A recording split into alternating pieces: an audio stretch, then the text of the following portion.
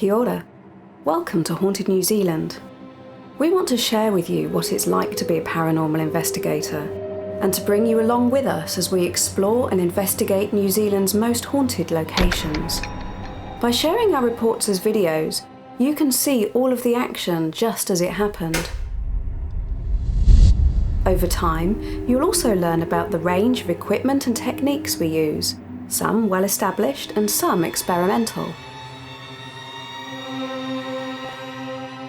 Our first video report comes to you from a historic hotel in the North Island of New Zealand.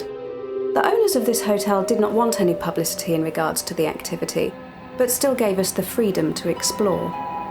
Out of respect for the owner's preference for anonymity, any images or words which might give away the location of our investigation will be edited. None of the other footage you will see and hear has been tampered with or edited in any way.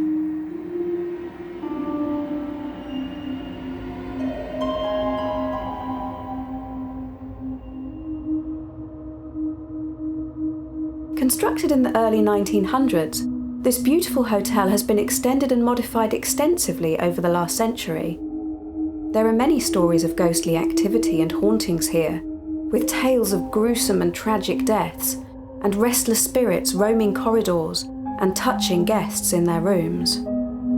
Kim, Lisa, Ian and Karen from the Haunted New Zealand team investigated the hotel on Saturday the 6th of April 2019. The weather was cloudy but dry, with outside temperatures up to around 12 degrees during the day and 8 degrees at night.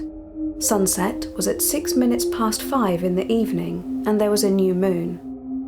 An EMF sweep of the hotel showed no anomalies or areas of significant EMF. The baseline reading was 0 milligauss of EMF throughout. The trip to this location took a few hours, and upon arrival the team took some time to rest and prepare for the nighttime investigation ahead.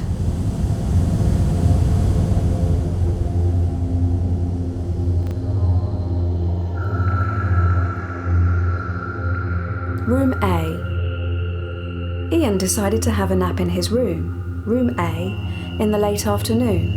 He says, "I had a feeling of something tugging on my sock. I awoke, but there was no one there, so I noted the experience and went back to sleep.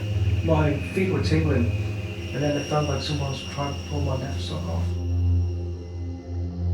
Later, the team met for dinner, and after finishing, we all went to see each other's rooms. Ian says, "I opened the door and the lights were on. The room felt as if it had been full of people and they had all just left. On checking my GoPro, the battery had run out, as expected, and this had happened just a few minutes before we arrived at the room. The last part of the GoPro recording shows that the room was in complete darkness. From this, we can only conclude that the lights had turned on, apparently by themselves.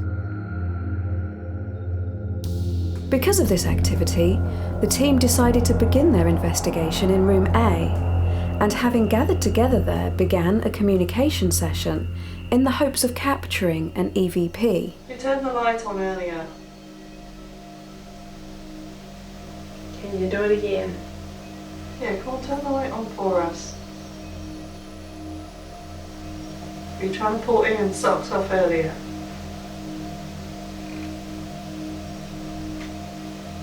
Shortly after beginning the communication session, there was an unexpected flurry of activity in the room. Suddenly, Kim complained about getting goosebumps and then reported feeling something up by her face. Oh, I've got the biggest goosebumps right now. Lisa said, "When Kim complained of severe goosebumps, I grabbed the EMF meter which we'd brought with us and which had been sitting at 0 for some time. I've got 0.17 on my EMF, Kim. I know. I've got the goosebumps. The EMF lasted a couple of minutes before dropping back to 0. Something just got dark. Oh, something just touched my finger." Ian added, "Just prior to Kim having her experience, I also had an experience of something pulling the neck of my t-shirt, dragging it back as if to choke me." The collar of my t-shirt just got tugged. Really? Yeah. Is there someone here with us?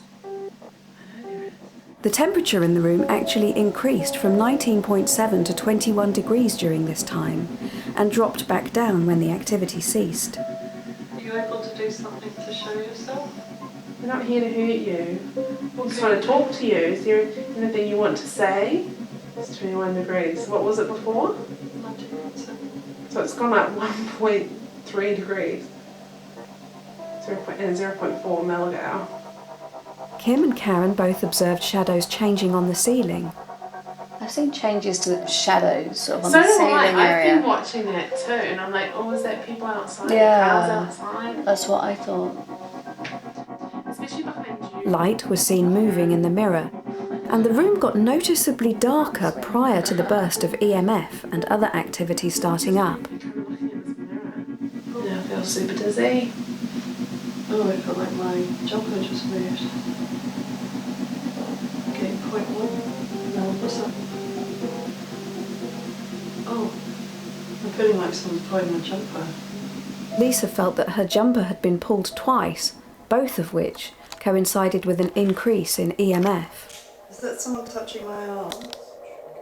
There were also a number of audible taps and thumps in the room, and even a whistling sound, noises which were heard by the team members as well as being picked up on the audio recorders which were running during the investigation. Oh, did you hear that? Yeah. Tap? I heard a noise. Yeah. One knock occurred directly after Kim asked out loud, Can you knock on our door?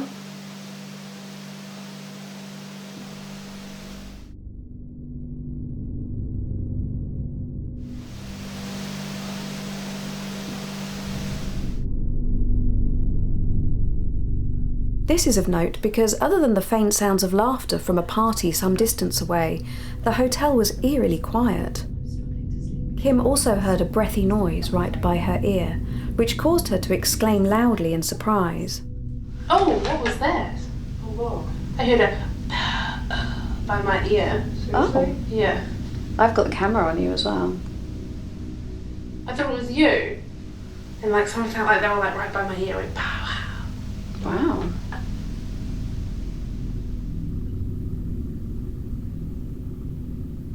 Whispering can be heard over the team talking, but exact words cannot be made out. Oh, what was that?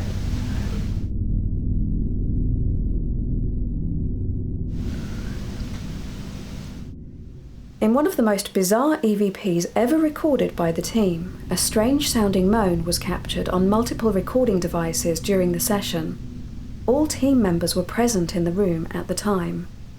The moan sounded like it was close to the microphone of the GoPro, and on all the recordings it was too loud and clear to have come from outside of the room. I can hear laughter outside and it's driving me nuts. Can you? Yeah, sure, it's outside. Yeah. I can't hear that. Can you not hear that? No. I can't hear that.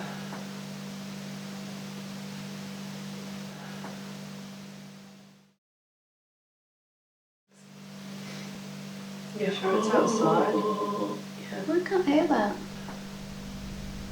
At the time of the noise, video recordings of Ian and Karen provided evidence that they did not make the sound. It's most unlikely that the other two team members, Kim and Lisa, had made the noise. Kim had just commented on hearing the sounds from a nearby party, and Lisa was quite far away from the GoPro. All team members have stated that they did not make this sound themselves, and no one noticed it at the time.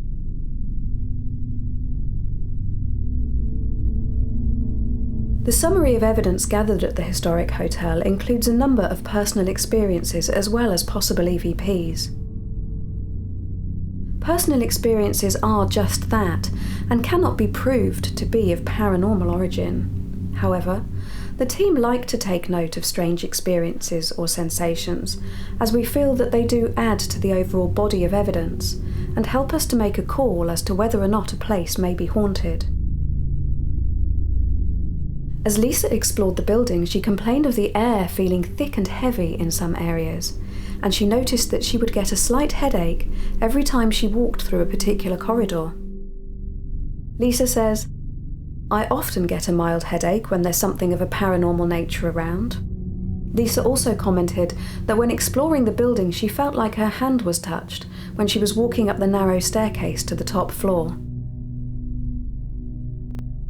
Room B.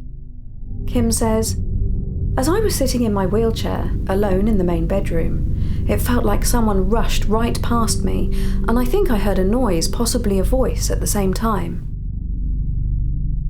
Lisa said that she had had an EMF hit of 10 milligauss when previously it was 0. Lisa came to see me to discuss the experience, and I could still feel a slight breeze around me. Lisa handed me the EMF meter, and again, it spiked up to 10 milligauss, and there was a couple of degrees increase in temperature.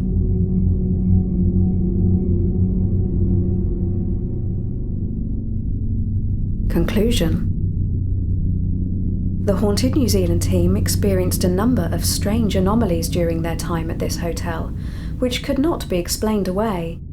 Sudden changes in EMF and temperature, seeing moving light and shadows, developing goosebumps and getting dizzy, clothing being tugged on, hearing bumps, taps, a whistle, and even a strange ghostly moan, not to mention the feeling of being touched. Haunted New Zealand cannot say conclusively that the building is haunted, but we definitely feel that this activity could potentially be of paranormal origin, and that the building definitely warrants further investigation in future. Thank you for watching our first video report. Join us again soon for more paranormal investigations with Haunted New Zealand.